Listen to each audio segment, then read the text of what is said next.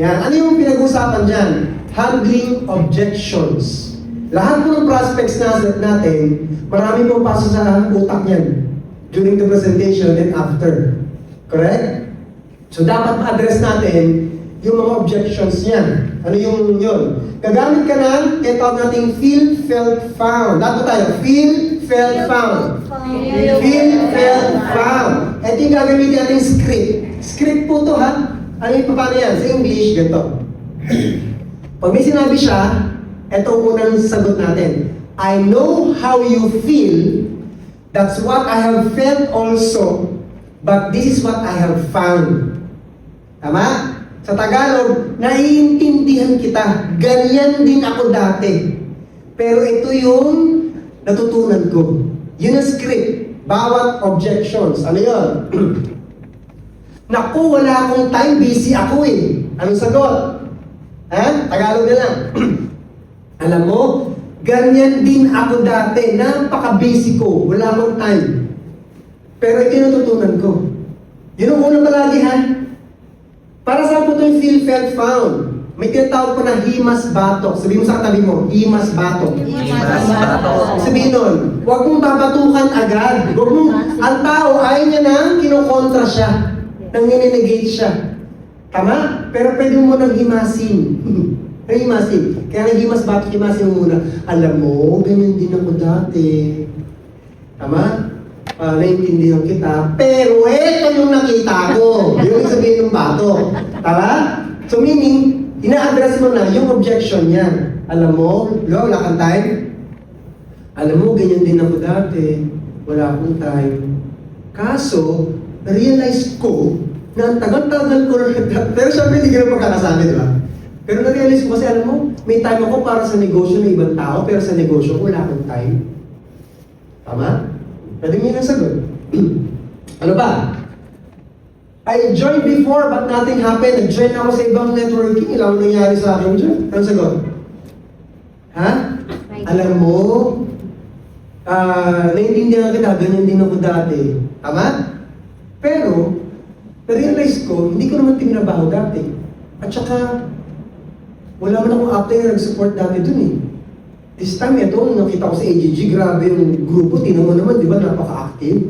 Yan yung tutulong sa atin, etc. etc. Correct? So, parang pag-ibig yan eh, hindi porkit nabigo ka, ibig sabihin, hindi ka naman relasyon ulit, tama? Correct? Yes. Ganun ba yun? Sabihin, yung jowa mo na first na, yun na yun forever. Hindi naman, di ba? O, sometimes sa second, third, fourth, dun yung totoo. Tama po ba? Tama? Yes. Ako, hindi ako magaling sa sales, hindi ako maboka eh. Ano sagot? Alam mo, ganyan din ako dati. Naintindihan kita. Kaso nga lang, alam mo, naniniwala ako na ng bagay pwedeng pag-aralan. Tama ba ba? Ang dami na kaya imaman sa TikTok, etc. etc. Di ba? Basta, yun lagi ang umpisa. Ano pa? Ay, naku, pinamiling yan eh. Scam yan. Ano sagot? Alam mo, naintindihan kita. Ganyan din ako dati. Kasi nga yung pinag-aralan ko, hindi siya scam eh. Eh bakit? Eh, di ba pyramid yan o pyramid o? Wala pa tayo ano? Marker. Sa lahat ng mga nito, hindi ubo talaga? Talaga? Okay. Ayan. O di ba pyramid yan? Di ba ikaw to? Tapos kukuha ka. O di ba pyramid yan o pyramid o? Hindi po yung pyramid triangle yan. Ang pyramid is three dimensions po yun. Yun.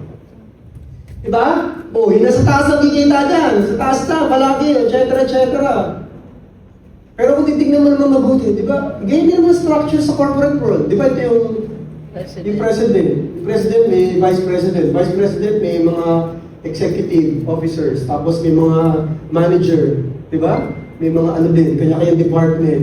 Supervisor. Diba dito ka? Diba nasa baba ka rin? Tama.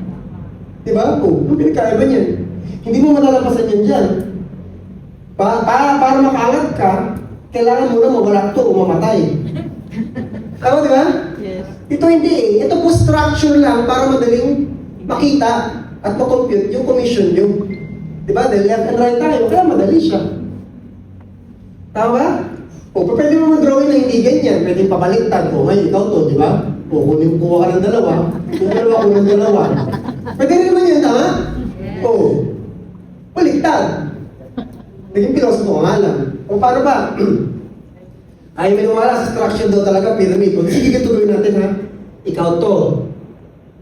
Ayaw ng bilog-bilog. Eh, bilog-bilog, pare-pare siya, bilog-bilog. O, huwag mong gawin bilog, square. Tama? O, ikaw to ha. Kumuha ka ng dalawa.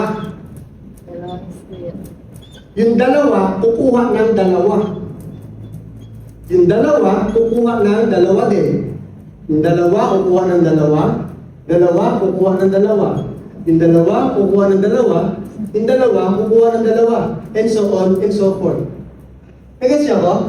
Di mo maparehas din naman ng pattern nun? Tama, yung dalawa, kukuha ng dalawa. Iba nga lang ang pagkakadrawing mo. Dito, triangle. Dito, mukhang banig. Pyramid pa ba yan? Hindi. Gets nyo? Kaya pag hindi ka kasi umate ng train, hindi mo naintindihan yung negosyo, hindi mo masasagot to. Gets nyo ba ako? Tama? This is just a way para po makompute yung sales natin, commission natin. Madali kasi makita left, right. Ito ang hirap eh. Nagets nyo ba ako? Yes. Okay? So dapat matutunan niyo yan. Alam niyo dapat sumagot dyan. Pero pa, naku, wala na akong ma-invite. Ang sagot, alam mo, ganyan din ako dati. Intindihan kita. Feeling ko wala akong ma-invite. Pero pag tinan mo yung list natin sa friends, ang dami-dami. Everyday, meron tayong friend request, etc. Tama? At tinan yung tao na-encounter natin everyday. Hindi ba pwede isama sa business? Kailangan sila maliwanagan. Guess nyo? Tama? Ano ba? Ako, mini-brainwash ka lang dyan! Ano sagot? Alam mo, naintindihan kita. Ganyan din ako dati. Feeling ko, binibrainwash nga ako. Pero na-realize ko naman, teka lang, di ba sa trabaho ko, binibrainwash din ako? Di ba, pumasok daw ako ng maaga, huwag daw ako mali. Trabaho ko na maayos. Tama? Nahihirapan ako. Nakakauwi ako ng late, pagod na pagod, wala akong time sa family ko. Tapos bukas gagawin ko ulit para sa magkano, 15,000? Di ba binibrainwash din yung ulit tayo dun? Dito, okay lang magpa-brainwash ako kung iyayaman naman ako. Kung babago buhay ko. Gets niyo ba ako? Ano pa? Naku, mahirap yan! Alam mo, naintindihan kita. Ganyan din ako dati. Feeling ko mahirap to kasi syempre, di ba, maglalaan ako ng oras, after work, gagawin ko pa ito. Pero na-realize ko, mas mahirap kung hindi ko to gagawin eh. Kasi kung ano yung resulta ko dati, kung tutuloy ko yung ginagawa ko dati, kung ano yung resulta ko doon, yun yung resulta ko. Tama? Eto, mahirapan naman ako, pero pag naman lumaki ang grupo ko, lumaki kita ko, eventually, di ba? Magaganda yung resulta ko. Kikita ko na malaki, pwede ko matuloy family, etc. etc. Ako ba? So, ikaw na bahala kung papaano mo to anuhin, basta importante, feel, felt, found. Wala akong pera. Paano ako mag-enjoy? Wala akong pera. Ang sagot, alam mo, ganyan din ako dati, naiintindihan kita. Hindi ko rin pa paano ako mag-join. Kaso nga lang, nire-realize ko, yung cellphone mo, ginagawa ko ng paraan. Di ba?